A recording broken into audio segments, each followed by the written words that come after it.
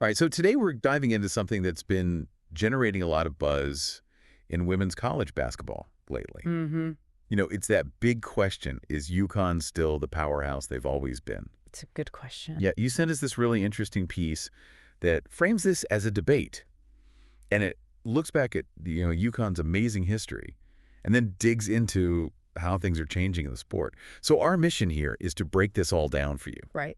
and to understand, the arguments for and against UConn still being that gold standard, Right. and what's really fueling this whole discussion. Yeah. You were looking for those key insights without getting lost in the weeds, and this debate format you sent over seems perfect for that. Yeah, for sure. So let's get right to it. What are the big reasons people are still saying UConn is on top? Okay, so the core of the argument for UConn is really built around their legendary coach, Gino Auriemma. Right. I mean, we're talking about 11 national championships and 6 undefeated seasons. Yeah, it's unbelievable. That's a record of success that's almost unheard of in college sports. But the piece you shared, it goes beyond just the sheer number of wins. Yeah.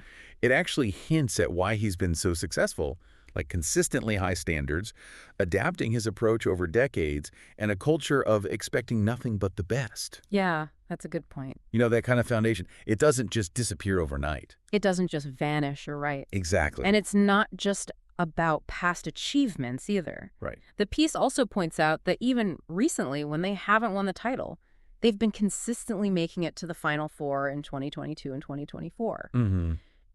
Making it to that final stage of the tournament when there's so much talent out there says a lot. For sure. It shows they're still playing at an elite level, even if they haven't been winning it all lately. Right. Absolutely. And what I find so interesting is how the piece emphasizes the impact of individual talent, especially when it comes to Paige Bueckers. Yeah. The argument is that when she's healthy, she's not just good, she's one of the very best players, someone who can single-handedly lift a team. And there's this pretty bold statement in there that if she stays healthy, UConn is the favorite for the 2025 championship. Mm-hmm. That really shows how much a player with that kind of exceptional ability can impact a program's dominance. Right, and it shows how much faith people have in her ability to change a game. Absolutely, and it goes beyond just having a star player. Yeah. It points to UConn's program culture and their history of developing talent. Yeah, definitely. The piece highlights how they've consistently turned promising athletes into iconic figures like Breanna Stewart and Sue Bird. Yeah, some of the best to ever play. Exactly. That ability to nurture talent and help them reach their full potential. Mm-hmm. That's a huge factor in maintaining that high level of play. Oh, absolutely. It's not just about recruiting the top players. It's about having the coaching and the environment to help them actually reach their full potential. Right. It's like a system. Exactly. And that kind of culture, it can create this self-perpetuating cycle of success. But as we know, every good debate has two sides. And the piece you sent us, it also presents a pretty strong case that the UConn dynasty, at least as we've known it, might be at a turning point. Okay. So what are the arguments that their era of total dominance might be fading? Well, one significant point they make is their current championship drought. Oh, yeah. They haven't won a title since 2016. That's 8 years. Yeah, that is a long time for them. Yeah, it is. And they point out it's their longest stretch without a championship since the 1990s. Wow, that's significant. Right. And for a program with their record, that's a pretty big deal. Yeah, it makes you wonder if it's just other teams getting better or if something bigger is happening. Right. It makes you think. And it's not just the lack of championships either. Yeah. The piece also highlights some recent tournament losses to teams like Iowa, South Carolina, and even Oregon. Oh, yeah. Those were tough losses. Yeah, and they present those as specific examples. Mm. These aren't just statistics. These are head-to-head matchups where UConn didn't come out on top in those big moments. Right, when it mattered most. Exactly. And against other top teams. So it's like tangible proof that other programs aren't just closing the gap. They're beating UConn on the court. Absolutely right, when it counts. And the piece brings in another interesting angle, the whole changing landscape of college sports. Yeah.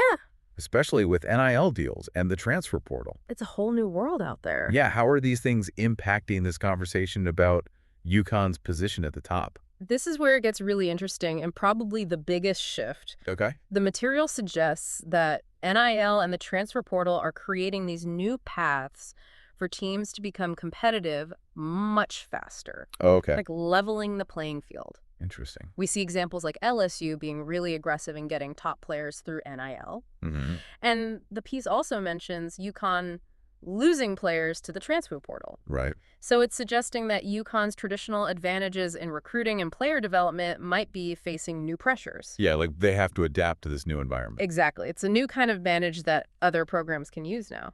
So it's not just about the games anymore. It's about all these things happening behind the scenes. Right. The whole landscape is different. Yeah, these shifts in how college sports work are now a big part of figuring out who the top programs are and how they stay there. For sure. It's like a whole new set of rules. And the PC Cent doesn't just focus on UConn. It looks at some of the other top teams right now. Yeah, it tries to paint a picture of the whole landscape.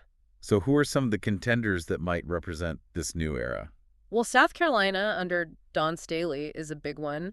They're presented as the potential new standard. Oh, yeah. Their back-to-back championships are huge, obviously. Right. They're the team to beat right now. Yeah, and the piece also highlights how consistently they bring in top recruits. Oh, okay. It suggests they have a deep and sustainable program, kind of like UConn in its prime. So it's not just a flash in the pan. Not at all. They look like they're here to stay. And then there's Iowa, powered by Caitlin Clark. Oh, yeah. She's amazing. Yeah, the piece acknowledges their offensive power and the excitement she brings. Mm-hmm. But it also mentions some weaknesses, especially on defense, Yeah, that's right. as a factor that might hold them back from truly being the gold standard.